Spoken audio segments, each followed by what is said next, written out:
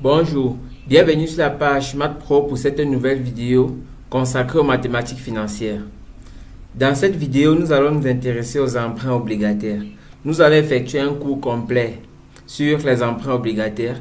Nous allons proposer plusieurs exercices et donner des corrections. Ce cours concerne les élèves niveau baccalauréat et les étudiants en cycle BTS, licence et master. Sans plus tarder, nous allons voir le programme. Dans ce contenu, nous allons commencer par les types d'emprunts. Puis, nous allons voir les emprunts obligataires. Ensuite, nous allons migrer vers le remboursement d'un emprunt. À ce niveau, nous allons voir le remboursement par annuité constante, le remboursement par amortissement constant et enfin, le remboursement infini. Dans chaque partie de ce programme, nous allons effectuer des exercices d'application. Pour ceux qui sont nouveaux sur la chaîne, n'oubliez pas de vous abonner, de liker et d'activer la cloche de notification. Sans plus tarder, passons à la première partie. Type d'emprunt. Il existe plusieurs types d'emprunts. Nous pouvons cependant les regrouper en deux catégories selon que l'emprunteur s'adresse à une ou à plusieurs prêteurs. Il existe l'emprunt individu. Ici, c'est un emprunt ordinaire contracté auprès d'un seul et unique prêteur. Il n'y a qu'un seul prêteur indivisible, d'où l'utilisation du mot individu.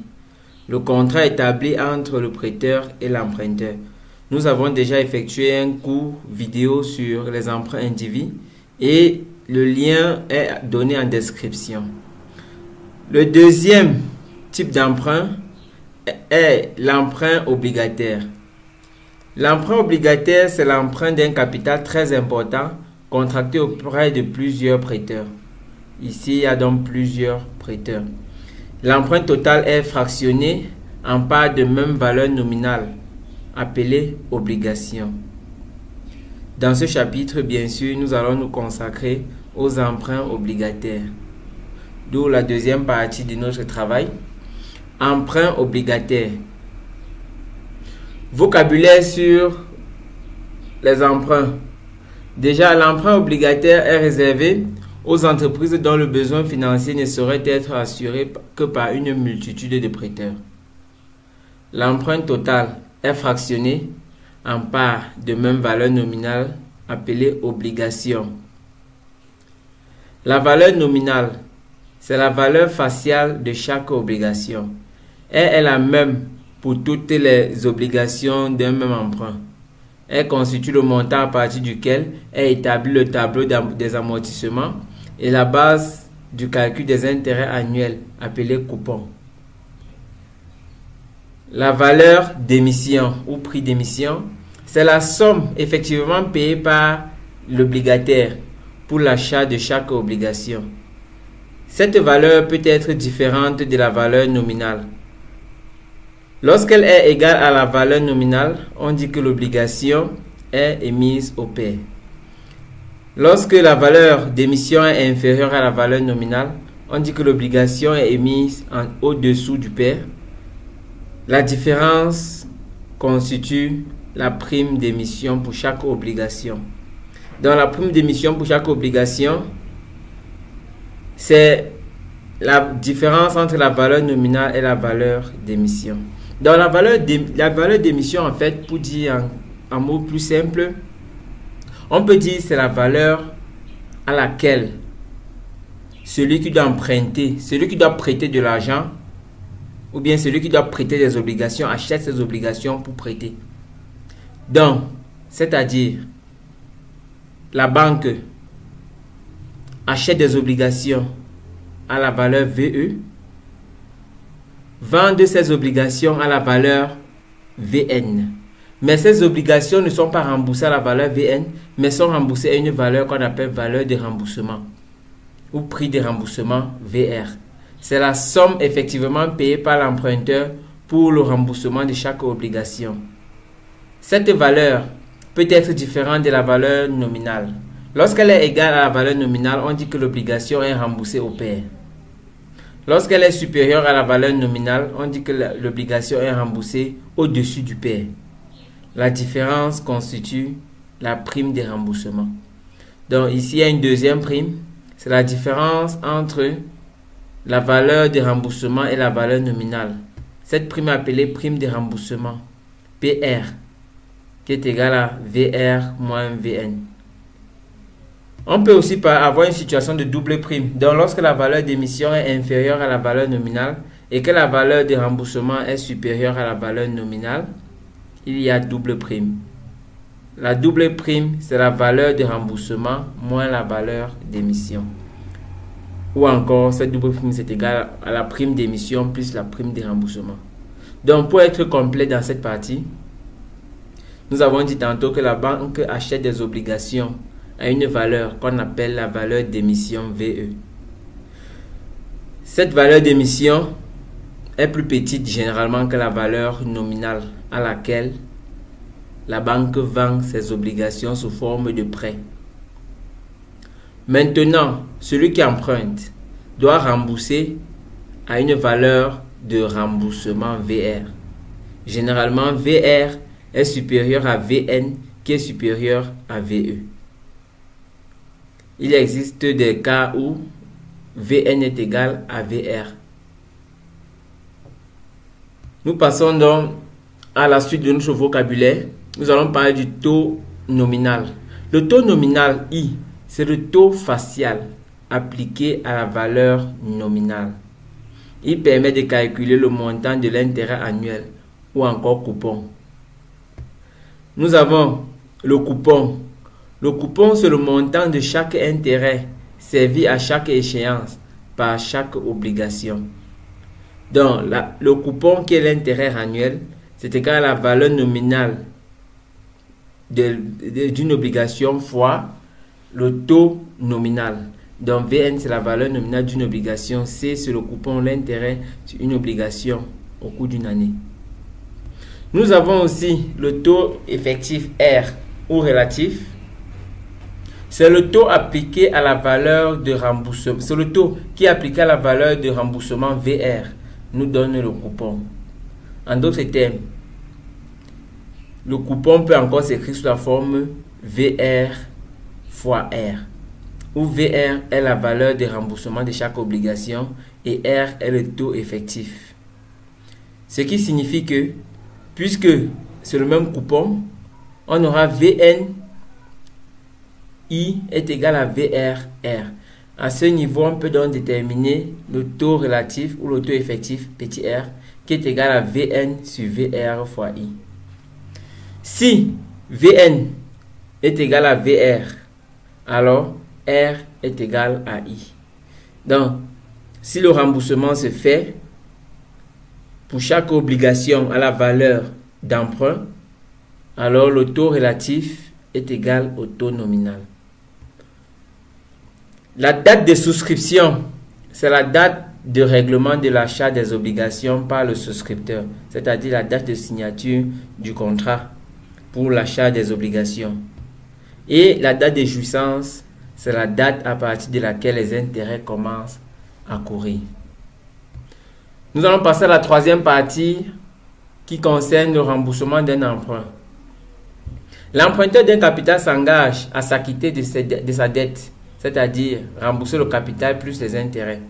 Le remboursement de cet emprunt s'effectue généralement par annuité de fin de période. Chaque annuité est composée de deux éléments, c'est-à-dire l'annuité petit a, c'est égal à grand A plus grand I.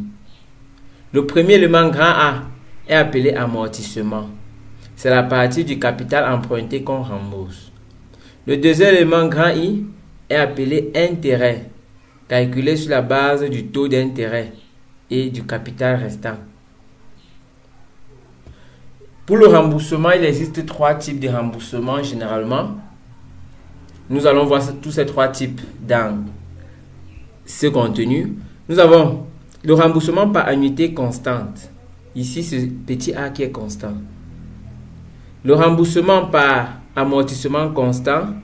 Ici, c'est grand A qui est constant. Et le remboursement infini. Ici, c'est grand I qui est constant. Nous allons passer à la première partie, ou bien au premier type de remboursement.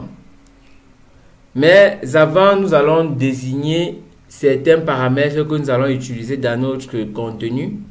On va désigner par grand N le nombre d'obligations émises. C0 est le capital emprunté à l'époque 0. M1, M2 jusqu'à Mn, le nombre d'obligations amorties au premier, deuxième jusqu'au énième tirage. Ou si vous voulez, nombre d'obligations amorties première, deuxième jusqu'à la énième année, donc jusqu'à la dernière année. Grand N1, grand N2 jusqu'à grand N. En fait, NN, oui. Le nombre d'obligations restantes après le premier, deuxième, 3 jusqu'à énième tirage. Donc, après la première année, il reste N1 obligation à payer. Après la deuxième année, il reste N2 obligations à payer, ainsi de suite, jusqu'à après la énième année. On va aussi désigner par VN la valeur nominale de chaque obligation. Par VR, la valeur de remboursement de chaque obligation. I, le taux d'intérêt nominal. Et R, le taux d'intérêt relatif. C est le coupon ou l'intérêt annuel pour chaque obligation. Grand A1, grand A2 jusqu'à grand AN, le montant de l'amortissement relatif au premier, deuxième jusqu'à énième tirage. Donc, première année, on amortit grand A1, deuxième année, on amortit grand A2, jusqu'à la énième année, on amortit grand AN. Petit A1, petit A2 jusqu'à petit AN, le montant de l'annuité relative au premier, deuxième jusqu'à énième tirage. C'est-à-dire la première année, on paye l'annuité A1, deuxième année, on paye l'annuité A2, jusqu'à la énième année, on paye l'annuité AN. I1, I2 jusqu'à IN, le montant de l'intérêt relatif au tirage, au premier, deuxième jusqu'à énième tirage. C'est-à-dire I1, c'est l'intérêt à la première année. I2, l'intérêt de la deuxième année jusqu'à IN, l'intérêt de la énième année. Il est important de remarquer que C0 est égal au nombre d'obligations fois la valeur nominale de chaque obligation. Donc C0 est égal à N fois Vn. C'est le capital emprunté à l'époque 0. On peut aussi désigner par C0' qui est égal à N plutôt maintenant cette fois-ci par VR. Le capital considéré comme emprunté à l'époque 0. Pourquoi je dis considéré comme emprunté? Parce qu'en réalité, on prend les obligations avec la valeur nominale Vn, mais on rembourse avec la valeur nominale VR. En réalité, c'est comme si on avait pris à la valeur VR et on rembourse à VR. On nous emprunte des obligations. Chaque obligation à l'époque où je prends, c'est Vn. Mais lorsque je vais rembourser, c'est VR. Cela signifie que ce que je prends comme capital, c'est C0 qui est le capital emprunté à l'époque 0. Mais ce qui est considéré dans le contrat, s'il faut dire comme cela, que je devrais rembourser, ce n'est pas ce C0, mais c'est plutôt C0', hormis les intérêts, qui est le capital considéré comme emprunté à l'époque 0. Ceci étant dit, nous avons tous nos paramètres qui nous permettent d'évoluer dans notre étude. On va donc passer à l'étude des tableaux d'amortissement. En général, le tableau d'amortissement est sous cette forme pour N années. Ici, on a la période allant de la première à la énième année. Ici, on a le nombre d'obligations restantes. On constate qu'à la première année, le nombre d'obligations restantes, c'est grand N, c'est-à-dire le nombre d'obligations totales. À la deuxième année, ce n'est plus grand N, c'est grand N moins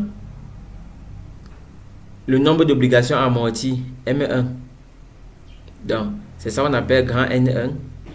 À la troisième année, c'est N1 moins le nombre d'obligations amorties à la deuxième année, donc moins M2, ainsi de suite. Et le montant en début, le montant de dette en début de chaque période, c'est tout simplement égal au nombre d'obligations multiplié par la valeur nominale. Puis, nous avons l'intérêt payé. L'intérêt payé, c'est le montant en début de dette multiplié par le taux d'intérêt. I1 est égal à C0 fois I. I2 I C1 fois I jusqu'à IN CN moins 1 fois I. Là, ceci concerne le début de période, du moins au capital en début de période. Ceci concerne les intérêts. Ici, c'est l'amortissement. On amortit le nombre d'obligations. M1 pour la première année, M2 pour la deuxième année, M3 pour la troisième année jusqu'à Mn.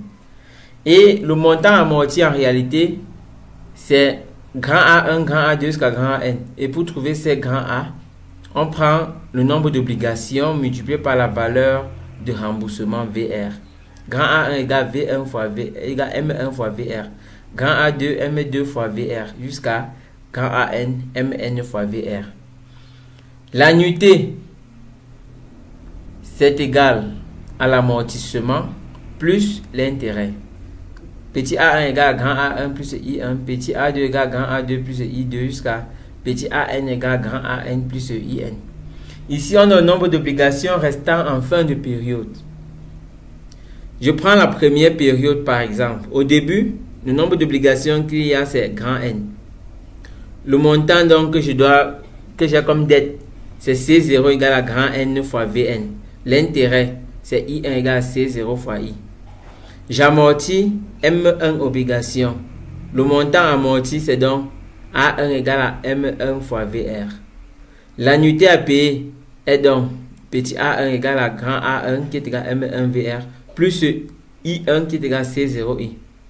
Le nombre d'obligations qui reste, c'est égal au nombre d'obligations au début, grand N, moins le nombre d'obligations amorties, M1. Donc, il reste N, grand N1 obligation qui est égal à grand N moins M1. Au début de la deuxième année, le nombre d'obligations, c'est le nombre d'obligations à la fin de la première année, c'est-à-dire N1.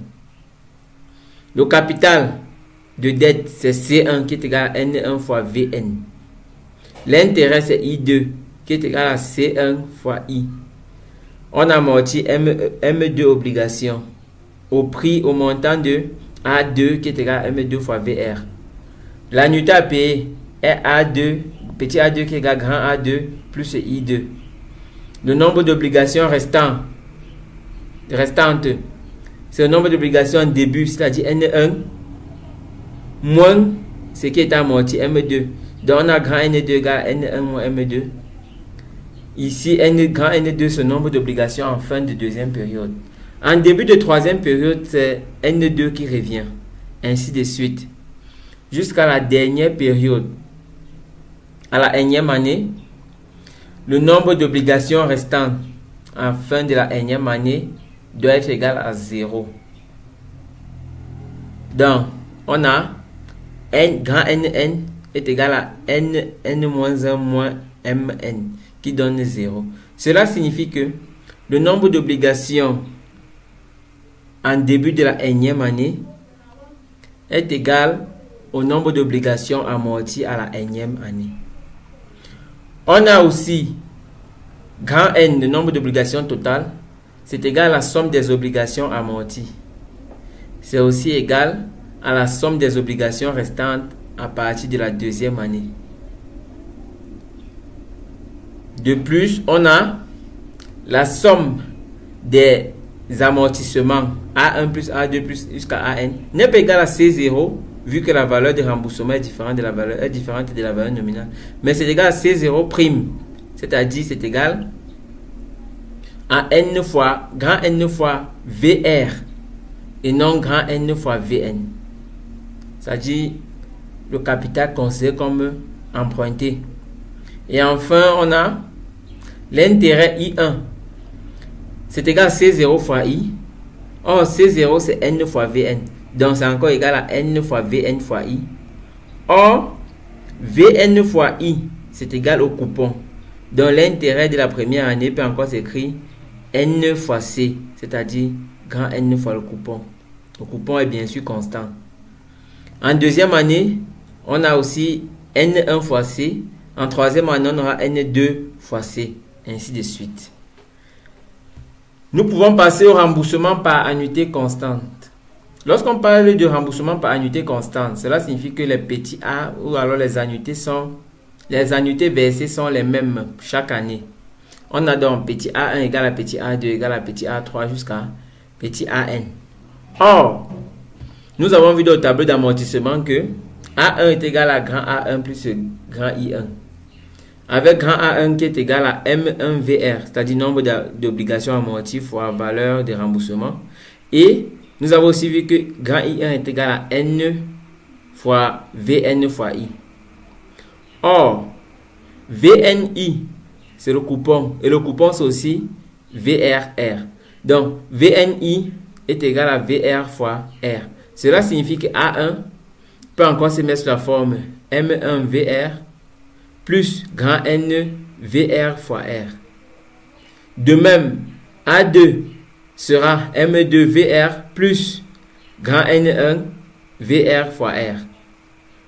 Or, nous savons que grand N1 est égal à grand N moins M1, c'est-à-dire le nombre d'obligations en début de deuxième période, c'est égal au nombre d'obligations en début de première période, moins le nombre d'obligations amorties à la première période. On va donc remplacer grand N1 par N moins M1. Et aussi, on va poser, puisque c'est en unité constante, A1 est égal à A2. Cela nous permet d'avoir l'égalité. Voici A1, voici A2. A1 c'est M1 VR plus grand N VR R est égal à A2. A2 c'est M2 VR plus grand N1 est remplacé par grand N moins M1. Donc N moins M1 VR R. À ce niveau, on peut simplifier d'abord par VR puisqu'il y a VR sur chaque terme. Et si on développe cette expression, on aura NR ici et aussi on aura aussi NR. On peut aussi simplifier par NR. On aura finalement M1 est égal à M2 plus M1R. De cette équation, on peut tirer M2 en fonction de M1. On a M2 est égal à M1 facteur à 1 plus R. Donc, lorsque l'annuité est constante, pour avoir une annuité constante, le nombre d'obligations amorties, M2 doit être égal au nombre d'obligations amorties M1 facteur à 1 plus R, où R est le taux effectif ou le taux relatif.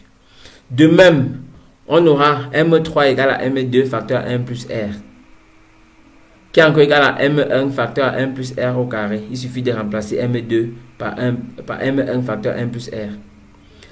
D'une façon générale, Mn est égal à Mn-1 facteur à 1 plus R, qui est encore égal à M1 facteur à 1 plus R à la puissance N-1. Or, nous savons que le nombre d'obligations totales, c'est égal à M1 plus M2 plus M3 jusqu'à Mn. En remplaçant M2, M3 jusqu'à Mn par leur expression en fonction de M1, on a le nombre d'obligations totales, grand N égale M1 plus M1 facteur à 1 plus R, c'est M2, plus M1 facteur à 1 plus R au carré, ici c'est M3, plus plus c'est M1, ici c'est M1, facteur à 1 plus R à la puissance N-1. En mettant M1 en facteur, on a grand N égale à M1 facteur à 1 plus R plus 1 plus R au carré plus 1 plus R à la puissance N-1. Ici, on constate qu'il s'agit de la somme des termes d'une suite géométrique de premier terme M1 et des raisons 1 plus R. Cette somme est donc donnée par grand N est égal premier terme facteur à raison à la puissance nombre de termes moins 1 sur raison moins 1. C'est-à-dire M1 facteur à 1 plus R le taux à la puissance N-1 sur 1 plus R moins 1. On peut simplifier le dénominateur par 1. On aura finalement le nombre de termes total pour annuité constante est égal à M1, c'est-à-dire au premier terme, facteur à 1 plus R à la puissance N-1 sur R. À partir de là, on peut calculer le nombre d'obligations amorties pour la première année, qui est M1. M1, c'est égal à N facteur à R sur 1 plus R puissance N-1. Donc, ici, pour savoir le nombre d'obligations amorties à la première année, pour avoir une annuité constante, il faut calculer ce nombre par la formule-ci, M1 étant le nombre d'obligations amorties à la première année. Et l'annuité constante est donnée par, déjà, lorsqu'on a M1, on peut trouver M2 à travers la formule M2 est égal à M1 facteur 1 plus R. On peut trouver M3 en utilisant M3 égale à M2 facteur 1 plus R. D'une façon générale, on peut trouver MP plus 1 égale à MP facteur à 1 plus R. Donc, on trouve le premier terme et on a tous les autres termes. On va passer donc au calcul de l'annuité constante proprement dite. Déjà, on parle de remboursement par unité constante. Le montant considéré de l'emprunt est égal à la valeur actuelle au taux relatif de l'emprunt R de l'ensemble des annuités théoriques.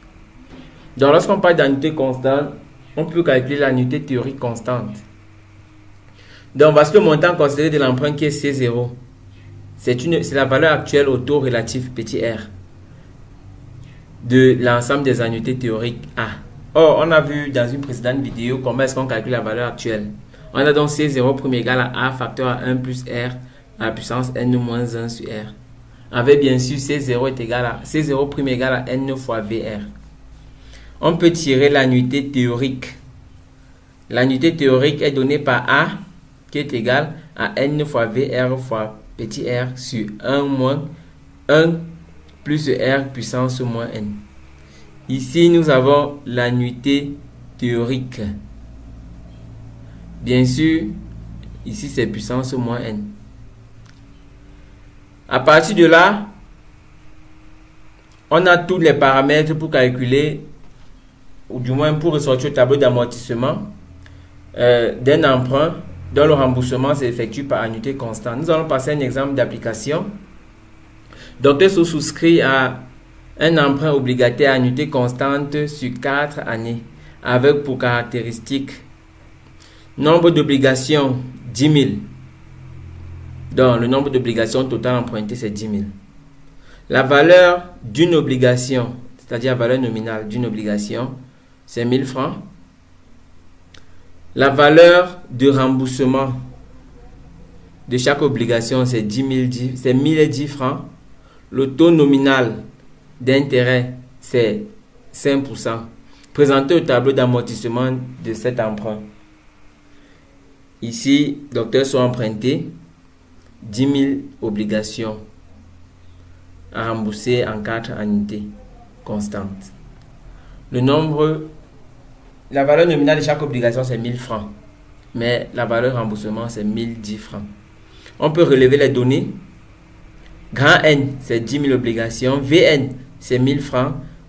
VR, valeur de remboursement, 1010 francs. Le taux d'intérêt, c'est 5%.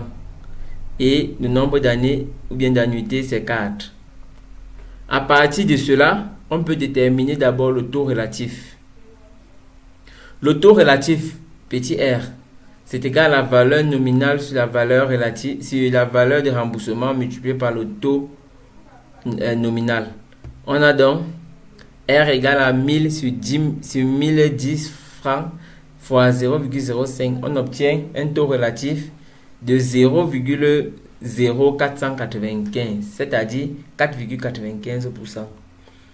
Le taux relatif généralement est toujours inférieur ou égal au taux nominal. Ici, on voit que c'est inférieur, vu que VN est différent de VR. Ayant déterminé le taux relatif, on va déterminer l'annuité constante théorique. Donc, on applique cette formule. Annuité est égale à NVR fois le taux relatif sur 1 moins 1 plus R puissance moins N. En appliquant la formule, on a donc l'annuité égale grand N, c'est 10 000 fois VR 1010 fois R 0,0495 divisé par 1 plus 1 moins facteur à 1 plus 0,0495 puissance moins 4. On obtient l'annuité théorique de 2 845 012 francs. Cette annuité n'est, puisqu'on travaille dans le cas d'annuité constante, ici quand on parle d'annuité théorique, c'est parce que cette annuité, du moins l'annuité qu'on va payer chaque année pendant les 4 ans, sera très proche de cette valeur.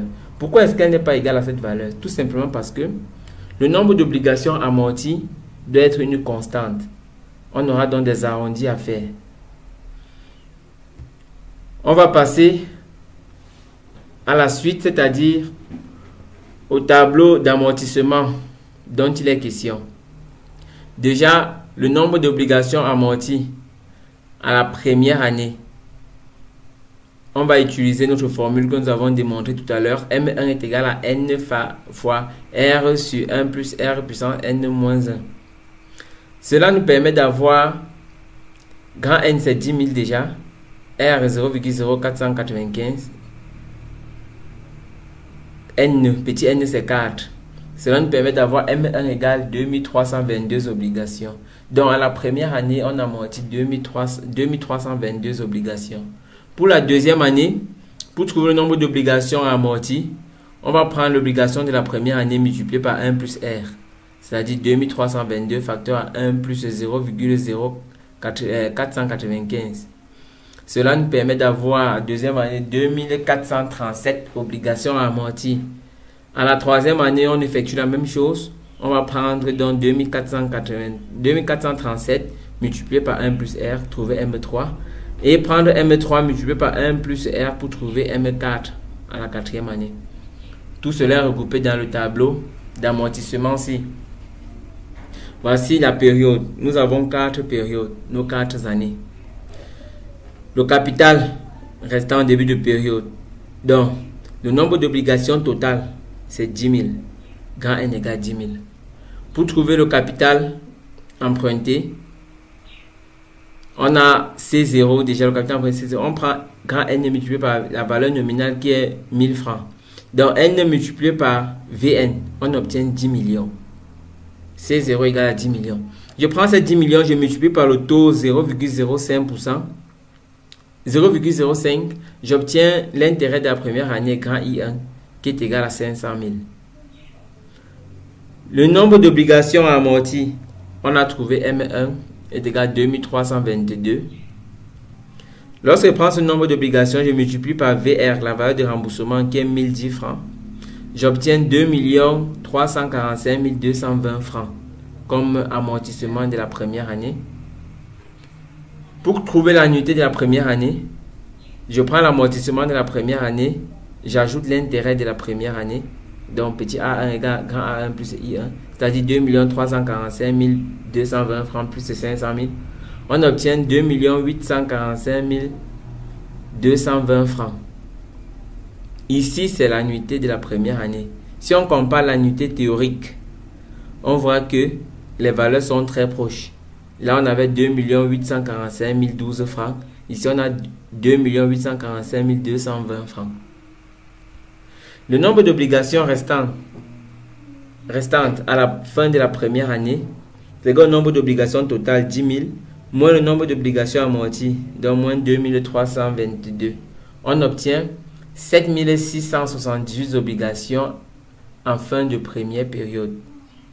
En début de deuxième période, le nombre d'obligations, c'est toujours N1 qui est égal au nombre d'obligations en fin de première période, c'est-à-dire 7 678 obligations, que je vais multiplier par VN pour avoir le montant de la dette en début de deuxième période. VN étant 1000, on obtient une dette de 7 678 000.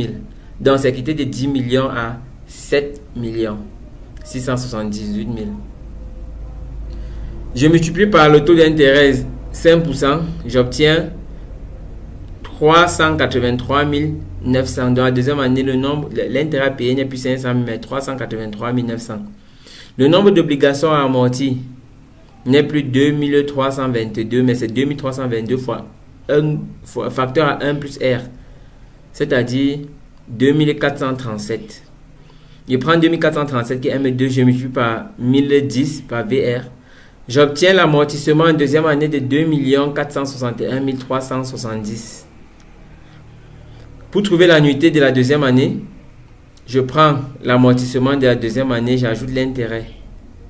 Donc, grand A2 plus I2. Cela me permet d'avoir 2 845 270 francs, qui est aussi proche. On voit que c'est très proche toujours de l'annuité théorique. Donc, la première année, je verse 2 800 45 220 francs. Deuxième année, 2 845 270 francs. Le nombre d'obligations restantes, c'est le nombre d'obligations au début de la deuxième année moins le nombre d'obligations amorties en deuxième année. C'est-à-dire 7 678 moins 2 438. On obtient 5 242 obligations, 41 obligations en fin de deuxième période. Début de troisième période, c'est toujours N2, c'est-à-dire 5 243, 41 obligations. Je multiplie par 1000, j'ai 5 241 000. Par 5%, j'obtiens un intérêt de 262 050 francs. Le nombre d'obligations amorties, je prends 2437, je multiplie par 1 plus R. J'obtiens 2557. Que je multiplie maintenant par 1010 pour avoir l'amortissement de la troisième période qui est égal à 2 582 570. Je prends cette somme à grand A3, j'ajoute à grand I3 à 262 050 francs. J'ai l'intérêt, j'ai l'annuité de la troisième période, c'est-à-dire 2 844 620 francs, qui est très proche de 2 845 012 francs. Le nombre d'obligations restant à la fin de la troisième période, c'est égal à N2, 5241, moins M3, on donne moins 2557. On obtient 2684 obligations. Lorsque je prends la quatrième année, en début, on a donc N3 qui a 2684 obligations. Je multiplie par 1000 francs. J'ai une dette en début de quatrième année de 2 684 000. Lorsque je multiplie par 5%, j'ai l'intérêt de 134 200. Le nombre d'obligations amorties, je prends 2557 multiplié par 1 plus R. J'obtiens 2684, qui est encore le nombre d'obligations restantes en fin de troisième période ou alors en début de quatrième période. Cela montre que le tableau d'amortissement est bien fait. Je prends donc 2684 multiplié par 1010. J'ai un amortissement de 2 710 840 francs que j'ajoute aux intérêts. L'intérêt étant de 134 200, on obtient l'annuité à quatrième période de 2 845 040 francs, qui est toujours aussi proche de notre annuité théorique. Et le nombre d'obligations en fin de quatrième période, c'est N3 moins M4, c'est-à-dire 2684 moins 2684, c'est-à-dire 0 obligation en fin de la quatrième période. Voici le tableau d'amortissement pour un remboursement annuité constante. Nous allons passer à la deuxième partie de remboursement, le remboursement par amortissement constant. Ici, ce nombre d'amortissements, c'est l'amortissement qui est constant, c'est-à-dire le nombre d'obligations amorties est constant. On amortit M1, M2, M3 par, en fait, on trouve le nombre d'obligations amorties par la formule grand N sur N, c'est-à-dire le nombre d'obligations totales divisé par le nombre d'années. Avec bien sûr M1 égale à M2 égale à M3 jusqu'à Mn. On va appeler ce montant, ce nombre petit m. On va passer donc. Déjà, le montant amorti est constant, puisque pour trouver le montant amorti, on multiplie M1. Pour trouver A1, on multiplie M1 par VR. Pour trouver A2, on multiplie M2 par VR. On trouve un montant constant aussi qui est égal à M fois VR. Et l'annuité, c'est égal à A1 plus I1. A1 étant constant, I1 étant égal à NVRI. Nous avons vu cette formule dans le tableau d'amortissement. On peut tirer A1, grand A1, c'est-à-dire l'amortissement, c'est égal à annuité moins l'intérêt. Donc, grand A1 est égal à petit A1 annuité moins NVNI. De même, A2, c'est égal à annuité 2 moins N1VNI.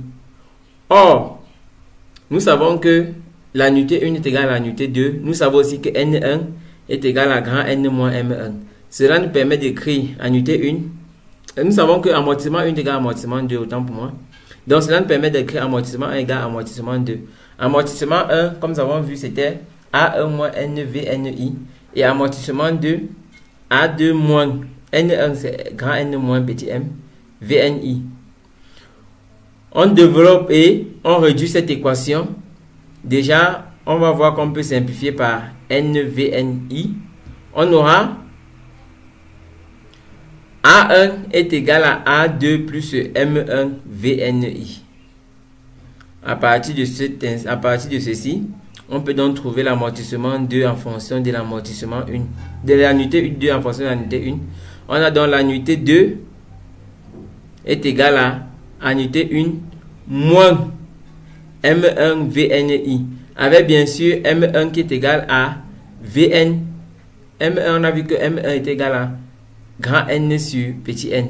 Donc l'annuité 2 est égal à l'annuité 1 moins NVN sur NI. On a remplacé tout simplement M1 par VN sur N. Donc, lorsque l'amortissement est constant, on peut trouver l'annuité par la formule. On peut trouver l'annuité 2 par la formule A2 est égal à A1 moins C0 sur NI, avec C0 qui est égal à N fois VN. Ayant trouvé d'une façon générale, AP plus 1 est égal à AP moins C0 sur N multiplié par I.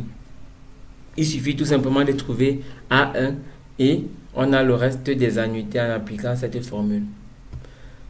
On va passer à l'exemple pour l'amortissement constant.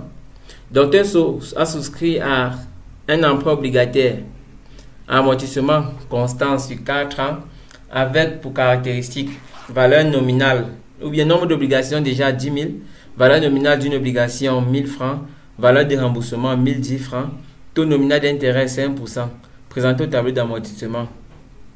Donc ici, il s'agit du même exercice que nous avons changé, mais cette fois-ci, ce n'est plus annuité constante, mais c'est plutôt amortissement constant. On relève les données. Nombre d'obligations 10 000, grand N égale 10 000, VN, valeur nominale 1000, VR, valeur de remboursement 1010, I, intérêt 5%, N, durée 4 ans. On va donc calculer d'abord le nombre d'obligations amorties chaque année, puisque c'est amortissement constant. Petit m est égal à grand N sur petit n. Grand N sur petit n. Cela nous permet d'avoir petit m, c'est-à-dire nombre d'obligations amorties chaque année, est égal à 10 000 sur 4, c'est-à-dire 2500 obligations amorties chaque année. Puis, le montant de l'amortissement, grand A, c'est égal à M fois VR. Cela nous permet d'avoir grand A égale à 2500 fois 1010, c'est-à-dire 2 525 000. Si vous êtes nouveau sur la chaîne, n'oubliez pas de vous abonner, de liker. On va passer à la résolution ou bien à la présentation du tableau d'amortissement pour l'amortissement constant. On avait déjà M1, on a trouvé le nombre d'obligations amorties 10 000 sur 4, qui donne 2500 obligations à amortir. On a dans notre tableau la première année, on a 10 000 obligations. Cela donne une dette de 10 millions, puisqu'on multiplie tout simplement par VN qui est 1000. Dans une dette de 10 millions, multiplié par 5%, ça donne l'intérêt de 500 000. Le nombre d'obligations amorties, M1 égale 2500, M2 2500, M3 2500, M4 2500. Donc on peut remplir déjà toute cette colonne. De même, on peut aussi remplir le montant amorti, c'est-à-dire 2500 fois 1010, 2 525 000 partout, de la première à la quatrième année. On a déjà rempli dans la colonne des obligations, des amortissements, en fait, nombre d'obligations amorties et montant amortissement. Puis on calcule l'annuité. Pour trouver l'annuité A1, on prend tout simplement l'annuité, on prend l'amortissement 1 plus l'intérêt 1, c'est-à-dire 2 525 000 plus 500 000. Cela nous donne 3 025 000. Et le nombre d'obligations restantes, c'est égal à 10 000 moins 2 500. On trouve 7 500. À la deuxième année, on a 7 500 obligations multipliées par 1000, donc 7 500 000. Multiplié par 5%, 375 000 comme intérêt. On avait déjà rempli cette colonne. On a 2500 obligations amorties pour un montant de 2 525 000. Si on multiplie, si on additionne 2 525 000 à l'intérêt 375 000, on obtient 2 900 000 qui est A2. On pouvait aussi calculer A2 par la formule que nous avons vue tout à l'heure. A2 égale à A1 moins C0 sur N multiplié par I.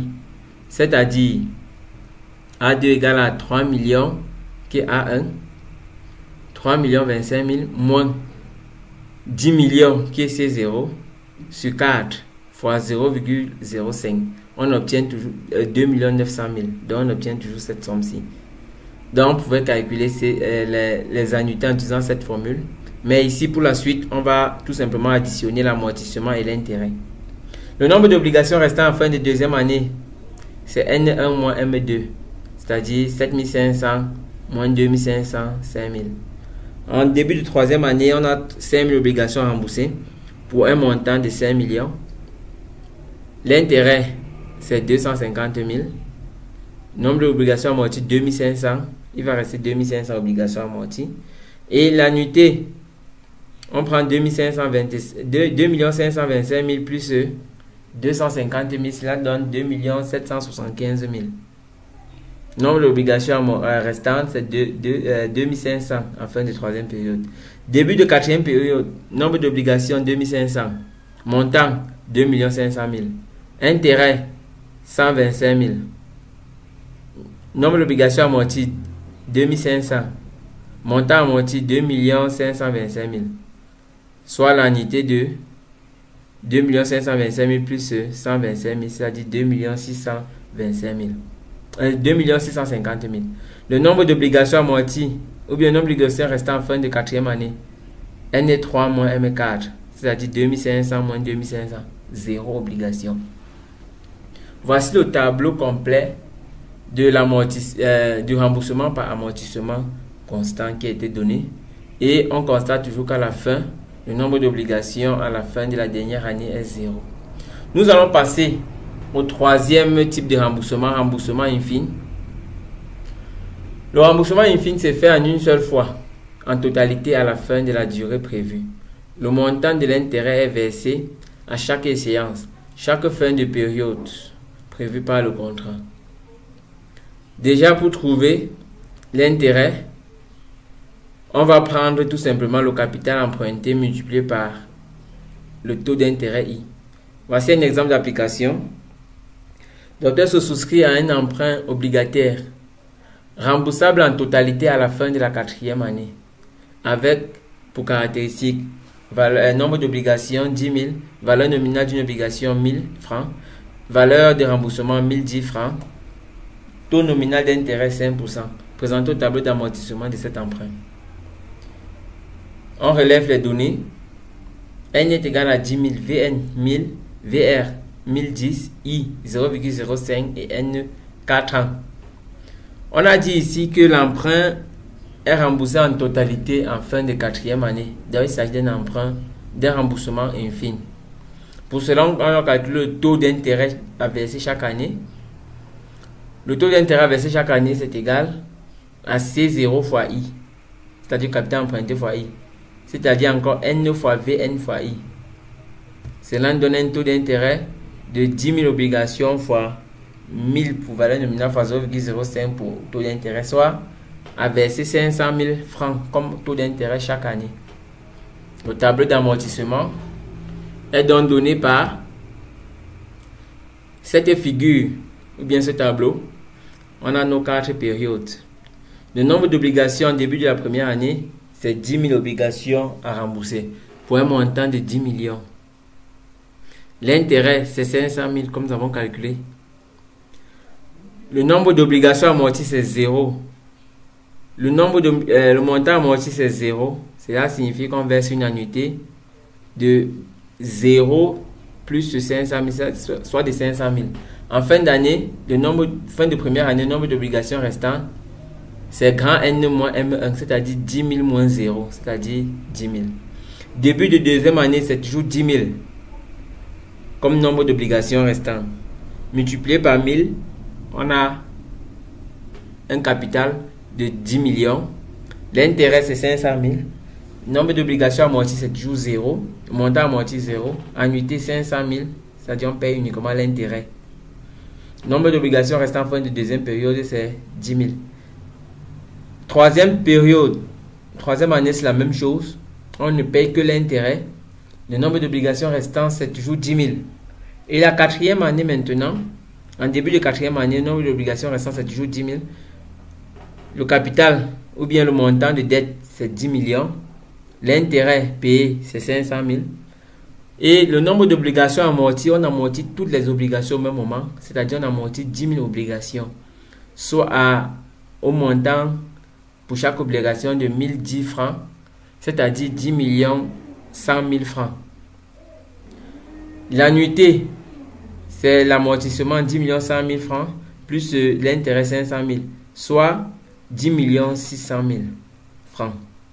Et le nombre d'obligations restantes à la fin de la quatrième année, c'est tout simplement égal au nombre d'obligations en début de la quatrième année moins le nombre d'obligations amorties, c'est-à-dire 10 000 moins 10 000, c'est-à-dire 0 obligation. Nous venons là de résoudre l'exercice, le même exercice par 3 types de remboursements. Remboursement par annuité constante, remboursement par amortissement constant, remboursement par infini. Une question nous taraude à l'esprit: quel type de remboursement est-ce qu'il faut choisir si l'objectif est d'économiser en termes de coût de l'emprunt? Donc, on va passer cela comme un quatrième exemple ou quatrième exercice. Pour l'exercice précédent, quel type de remboursement choisir si l'objectif du Dr So est de payer le moins d'intérêt possible? On va faire un récapitulatif des différents remboursements. On avait d'abord le remboursement par annuité constante. Pour trouver l'intérêt, on additionne tout. L'intérêt, en fait, le coût de l'emprunt, s'il faut dire, c'est égal à la somme des annuités moins le capital emprunté. C'est-à-dire A1 plus A2 plus A3 plus A4 moins le capital emprunté. On trouve 1 380 150 francs comme coût de l'emprunt pour annuité constante. Pour amortissement constant, avec la même formule, on obtient 1 350 francs. 1 350 000 francs. Et enfin, pour remboursement infini, avec la même formule, on obtient 2 100 000 francs. Cela signifie que la modalité à choisir est celle correspondante au plus faible coût de l'emprunt, à savoir le remboursement par amortissement constant, qui ne doit coûter que 1 350 000 francs comme coût de l'emprunt. Voici un exercice à faire. La société Alpha a souscrit à un emprunt bancaire obligataire à annuité constante avec pour caractéristique valeur nominale des obligations 22 000, valeur de remboursement 22 300, taux d'intérêt nominal 9%. Le tableau d'amortissement de l'emprunt en question fournit les indications suivantes. Montant des amortissements pour la première année 24 671 100 francs. Montant de l'intérêt payé à la dernière année 11 700 000 francs. Il y a 3 questions. Première question, déterminer la durée de l'emprunt. Deuxième question, déterminer le montant de l'annuité. Troisième question, présenter les 2 premières lignes du tableau d'amortissement. Voici un exercice à faire. Je vous prie de mettre une pause, de traiter cet exercice. Si vous avez des difficultés, n'oubliez pas de poser ces difficultés en commentaire. Bien sûr, si vous êtes nouveau sur la chaîne, n'oubliez pas de vous abonner, de liker et d'activer la cloche de notification. Merci d'avoir suivi la vidéo et n'oubliez pas de mettre un like avant de passer. Merci.